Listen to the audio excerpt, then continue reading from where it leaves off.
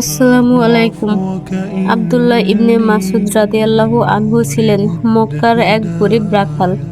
তার পরিবার বংশ কোনটি ধনী গৌরবশালী ছিল না, কিন্তু তিনি ইসলাম গ্রহণের পর কোরআনের প্রতি এতটাই ভালোবাসা অর্জন করলেন যে নবীজি সাল্লাল্লাহু আলাইহি ওয়াসাল্লাম তাকে বললেন যে কোরআন শুনতে চাই যেন আব্দুল্লাহর তেলাওয়াত শোনে।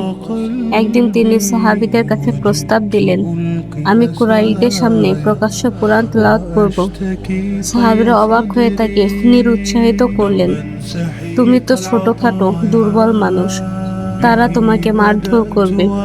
কিন্তু তিনি দৃঢ় কণ্ঠে বললেন, আমি চাই তারা আল্লাহর কিতাব শুনুক, আমি কষ্ট পেলে তাতে ক্ষতি নেই। পরের দিন ভোরে তিনি কাবার সামনে দাঁড়ালেন, উচ্চ কণ্ঠে সূরা রহমান তেলাওয়াত শুরু করলেন। ফাবিআইয়ি আলাই রাব্বিকুমা তুকাজ্জিবান। মক্কার নেতারা চমকে উঠল।